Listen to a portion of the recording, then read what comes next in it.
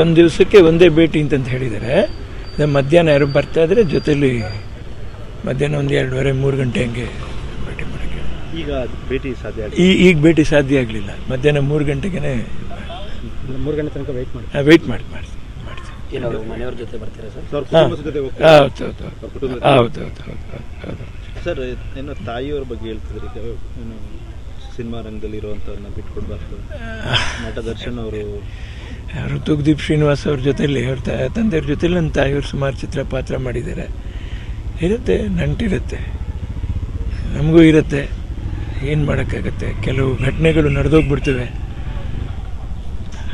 ನಟ ದರ್ಶನ್ 2ನೇ ಸರಿ ಜೈಲಿಗೆ ಬಂದಿದ್ದಾರೆ ಸರ್.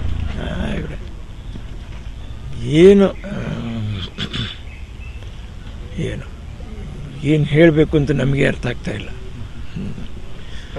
ಸರ್, ಸಿನಿಮಾ ರಂಗದ ಬಗ್ಗೆ ತಾಯಿಯವ್ರು ಏನು ಹೇಳ್ತಿದ್ರು ಸರ್?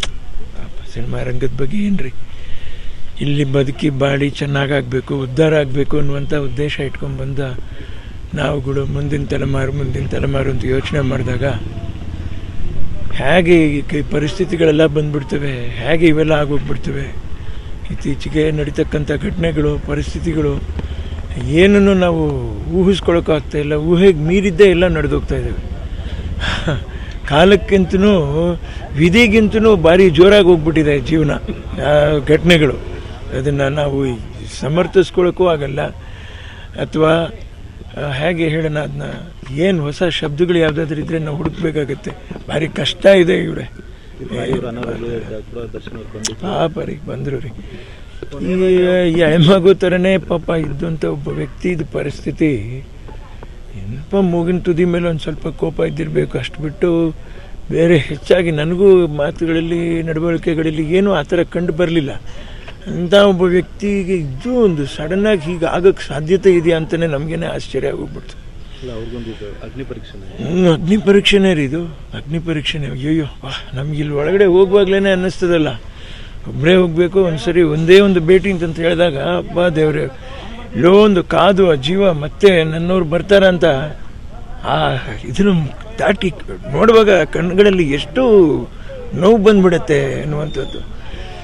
ಬಹುಶಃ ಯಾರು ನಾವು ದುಡ್ಕಕ್ಕೆ ಮುಂಚೆನೋ ಮತ್ತೊಂದಕ್ಕೆ ಮುಂಚೆನೋ ಈ ಸ್ಥಳನ ನಾವು ನೋಡಿಬಿಟ್ರೆ ನಮಗೆ ಇದು ಅರಿವಾಗಿ ಹೋಗುತ್ತೆ.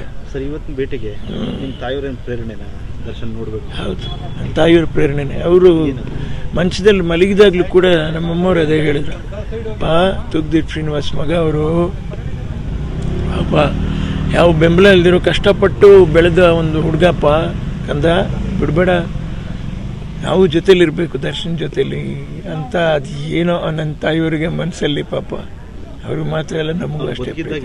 ಹೌದು, ಮಂಚದ ಮೇಲೆ ಮಲಗಿದಾಗಲೂ ಹೇಳಿದ ಮಾತಾದೇನೆ, ದರ್ಶನ್ ಬಿಟ್ಕೊಡ್ಬೇಡ ಕಂದ ಅಂತಂತೇಳಿ. ಸರ್, ನಟ ದರ್ಶನ್ ಅವರು ಸಾಕಷ್ಟು ಜನರಿಗೆ ಸಹಾಯ ಮಾಡಿದ್ದಾರೆ. ಗೊತ್ತಾಗಿದ್ದಾಗ, ಬಟ್ ಇವತ್ತಿನ ಪರಿಸ್ಥಿತಿ ನೆನೆಸ್ಕೊಂಡ್ರೆ ಅದು ತುಂಬ ನೋವಾಗುತ್ತೆ. ಯಾಕೆ ಈ ಥರ ಒಂದು ಘಟನೆ ಆಗೋಯ್ತು ನಂಬ್ಕೊಂಡು ಎಷ್ಟೋ ಜನ ಪಾಪ ನಿರ್ಮಾಪಕರು ಹಣ ಹೊಡಿದ್ದಾರೆ. ಒಂದು ಕಡೆ ಈ ಥರ ನೋವು, ಪ್ರಾಣ ಕಳ್ಕೊಂಡ್ರೆ ನೋವು ಒಂದು ಕಡೆಯಲ್ಲಿ. ಸರಿ ಯಾವುದು ತಪ್ಪು ಯಾವುದು, ಸಡನ್ನಾಗಿ ಆಗುವಂಥ ಈ ಘಟನೆಗಳಿಗೆ ಯಾರು ಹೊಣೆ, ಹೇಗೆ ಇದು ಪರಿಸ್ಥಿತಿ ಇದು ಅನ್ನುವಂಥದ್ದೇ ನಮಗೆ ಇನ್ನೂ ಕೂಡ ಊಹಿಸ್ಕೊಳ್ಳೋಕ್ಕೆ ಸಾಧ್ಯನೇ ಆಗ್ತಾ ಇಲ್ಲ. ದರ್ಶನ್ ಒಳಗಡೆ ಹೋದ ನಂತರ ಈ ಒಂದು ಕೊಲೆ ಪ್ರಕರಣದಲ್ಲಿ ಇದ್ದವರ ಮನೆಯವರು ಇಬ್ಬರು ತೀರ್ಕೊಂಡ್ರು. ಹೌದ್ರಿ, ಹೌದಿವ್ರೆ ಹೇಳ್ತೀವಲ್ಲ, ಅಚಾತುರ್ಯ ಅಂತಂತ ಹೇಳ್ತೀವಿ, ಆಕ್ಸಿಡೆಂಟ್ ಅಂತಂತ ಹೇಳ್ಬಿಡ್ತೀವಿ. ಇದನ್ನ ವಿಶ್ಲೇಷಣೆನೋ ಅಥವಾ ತರ್ಕ ಮಾಡುವಷ್ಟು ಅನುಭವ ನಮಗೆ ಸಾಲದು ನಿಜವಾಗ್ಲೂ. ಒಂದು ಕಡೆ ಪ್ರಾಣ ಕಳ್ಕೊಂಡಿರೋ ಕಡೆನಲ್ಲೂ ಅಲ್ಲಿ ನ್ಯಾಯ ಸಿಗಬೇಕು ಅಂತಂತ ಹೇಳ್ತೀವಿ. ಇಲ್ಲಿ ಇದನ್ನು ನೋಡಿದಾಗಲೂ ಕೂಡ ಒಂದು ಸಂಸಾರ ಆಗೋಯ್ತು, ಆಗೋದ್ಮೇಲೆ ಇನ್ನೇನು ಮಾಡಬೇಕು ಅನ್ನುವಂಥದ್ದು ಬರ್ತದೆ ಪರಿಸ್ಥಿತಿ. ಒಳ್ಳೆ ರೀತಿಯಲ್ಲಿ ಎಲ್ಲ ಒಂದು ಒಳ್ಳೆ ರೀತಿಯಲ್ಲಿ ಅಲ್ಲಿ ನೋವು ಶಮನವಾಗಬೇಕು. ಇಲ್ಲಾಗಿರುವಂಥ ಈ ದುಗುಡ, ಈ ಹಿಂಸೆ, ಇದು ಒಂಥರ ಸರಿ ಹೋಗಬೇಕು. ನಮ್ಮ ಕನ್ನಡ ಚಲನಚಿತ್ರರಂಗ ಚೆನ್ನಾಗಿರಬೇಕು, ಕನ್ನಡ ಚಿತ್ರರಂಗ ಚೆನ್ನಾಗಿರಬೇಕು, ನಿರ್ಮಾಪಕರು, ನಿರ್ದೇಶಕರು ಎಲ್ಲರೂ ಚೆನ್ನಾಗಿರಬೇಕು.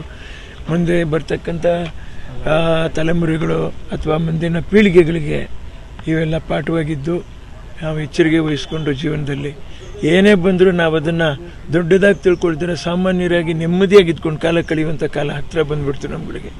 ಕೊನೆಯದಾಗಿ ದರ್ಶನ್ ಅವ್ರನ್ನ ಯಾವಾಗ ಭೇಟಿ ಮಾಡಿದ್ರು? ಮೈಸೂರು ಶ್ರೀರಂಗಪಟ್ಟಣ ಅವರೇ. 25ನೇ ವರ್ಷದ ಇದರಲ್ಲಿ ನಾನು ಭೇಟಿಯಾಗಿದ್ದು. Okay sir, thank you.